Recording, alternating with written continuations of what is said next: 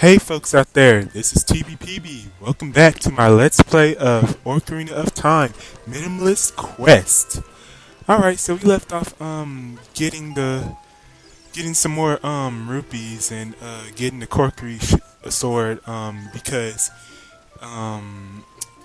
apparently the Great Mido has to stop us from seeing the Great Deku tree and forced us to get those items. So yeah, let's oh yeah, I don't have my sword equipped. Yeah, that might it might be kind of important to do that.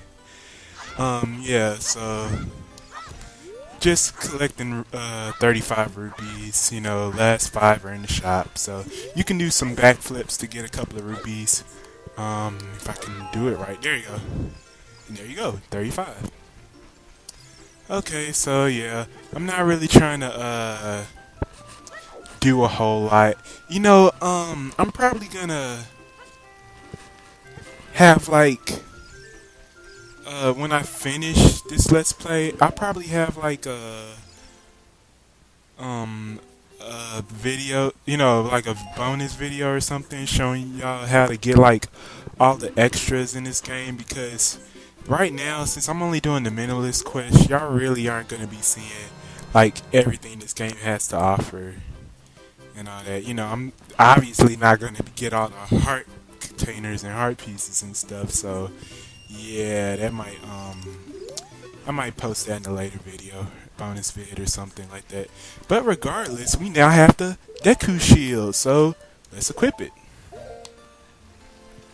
Oh yeah, by the way, I'm probably like not going to collect the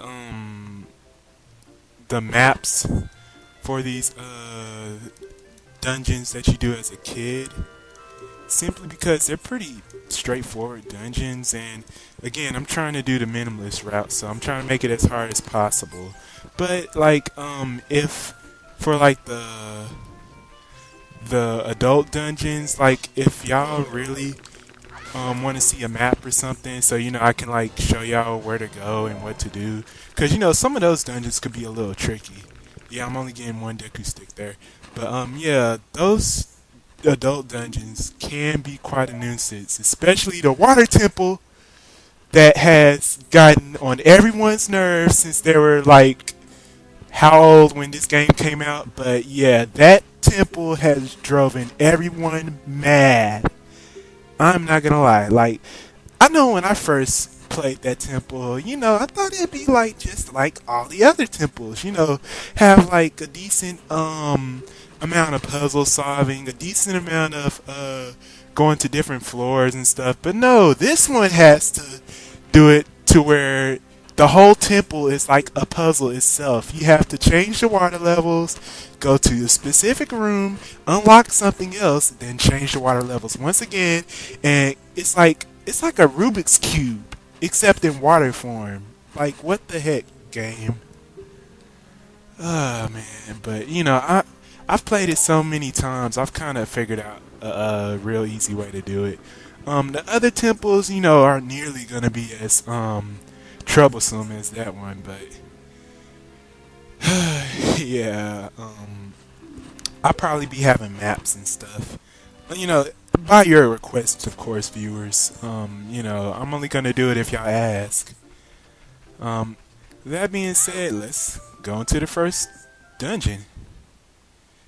Inside the Great Deku tree, or inside the Deku tree. No, he's not the Great Deku tree anymore because he got something inside of him.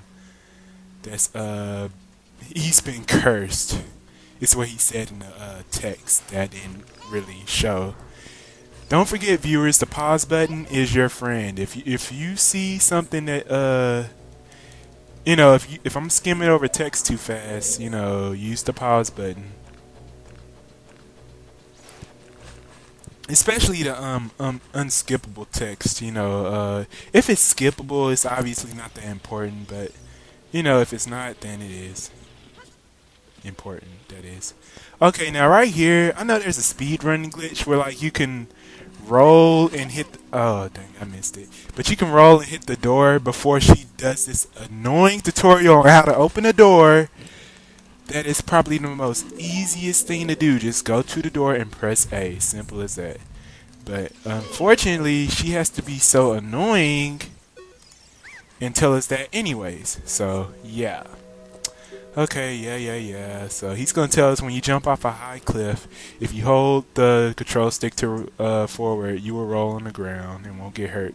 Yeah, so pretty much like in this game, I mean, if you've never played any of the 3D Zelda games, you can jump off a cliff or something. As long as you're holding the button, the joystick forward, you can roll. It's from a pretty far height. You can, avoid getting hit or taking damage rather.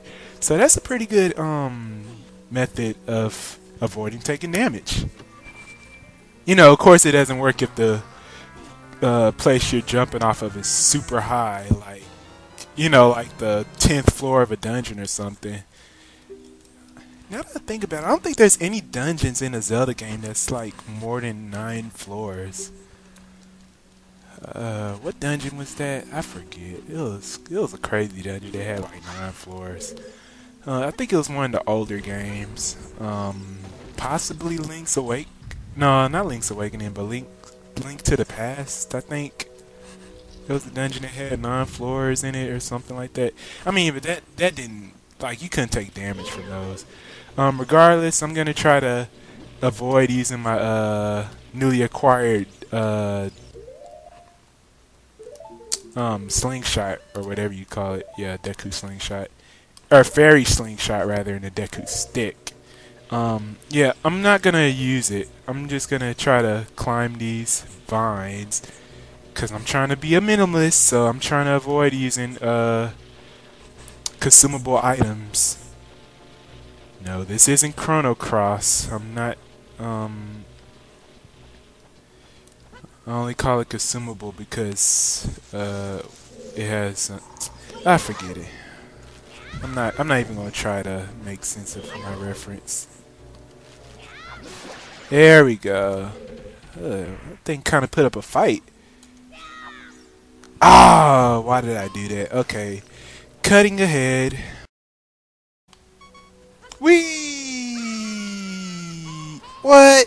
Are you serious?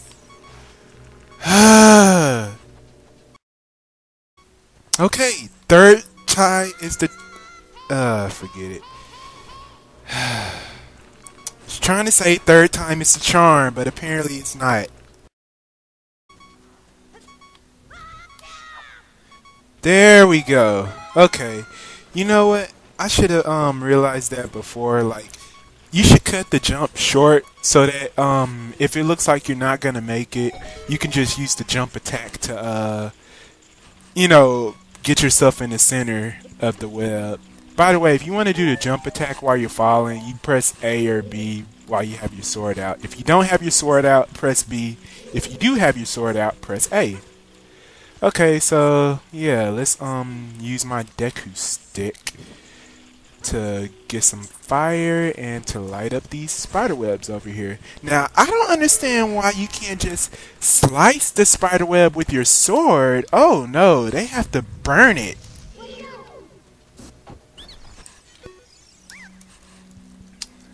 Yes, I am your master. You shall tell me all of your knowledge. Okay, so yeah, the order is 2, 3, 1. 23 is number 1. Yes, you are a traitor. You sold out your brothers because someone was stronger than you and beat you with your own nuts. Okay, so yeah, just hit that eye with the fairy slingshot and you're set. I mean, I don't think I really need to like explain how to do this stuff because I mean most of it's pretty straightforward, and the only reason I would really need to explain this stuff is if you have never played a Zelda game in your entire life, by which you need to play this one as soon as you can, like ASAP. But yeah, so this puzzle is a little tricky. You gotta hit that switch down there and then get on this platform as fast as you can. I'm not gonna stress that enough because I remember when I first played this game, yeah, like always miss the platform, and I tried to climb back up and get on it, but no, I wasn't fast enough. So you want to get it on your first try. As soon as the platform come, you want to jump on it immediately. Excuse me. Okay, so I wonder if I even need to push this. To climb on it, you just walk towards it and press the A button. Yeah, I need to pull it. To grab onto it, just press the A button while you're facing it, but not necessarily going towards it.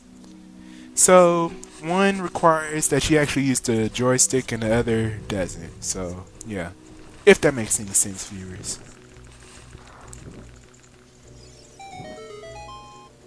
Okay, so light those two torches and the door opens. Simple as that. Okay, now this spider. I'm going to try to get it in one go because it always turns around when I don't want it to. There we go. Okay, now this room is a little creepy because you got like eggs hanging up there, but I'm not going to worry about them. Those eggs, by the way, hatch into smaller versions of the boss of this temple. I think they call them baby gomas or something like that. But yeah, I'm not going to worry about them. They just take too long to kill. I mean, if they're inside the egg, you could just slash the egg with one hit, and bye-bye, babies or whatever. Yeah, that's how you get rid of them in one hit. But if they hatch, then you gotta wait for them to attack you. They'll turn red when they're about to attack you, just like the boss. Hint, hint.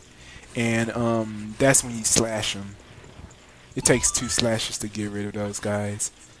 Oh yeah, I probably didn't mention before the strategy of getting like Deku sticks and Deku nuts from those from these guys. Now when they lunge at you, you want to hit them right there and then hit them again to get a Deku stick. Now if you want to get a Deku nut, you gotta hit them fast and then wait for them to lunge at you again like that, and they'll shrink. And you can get a Deku Nut. Deku Nuts stun your enemies and, temporarily renders them unable to attack or whatever. Personally, I'm not going to use them in this playthrough, because I see them as a, obviously they're not required to beat the game, so I'm not going to use them. I mean, they're pretty helpful in some situations, though. There's been a couple of boss fights that they're actually useful in. Like this one, for example. Alright, yeah. So, while she's stunned, hint, hint.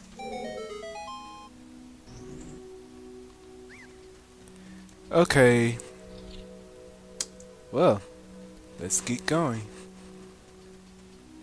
Man, but you gotta love this presentation.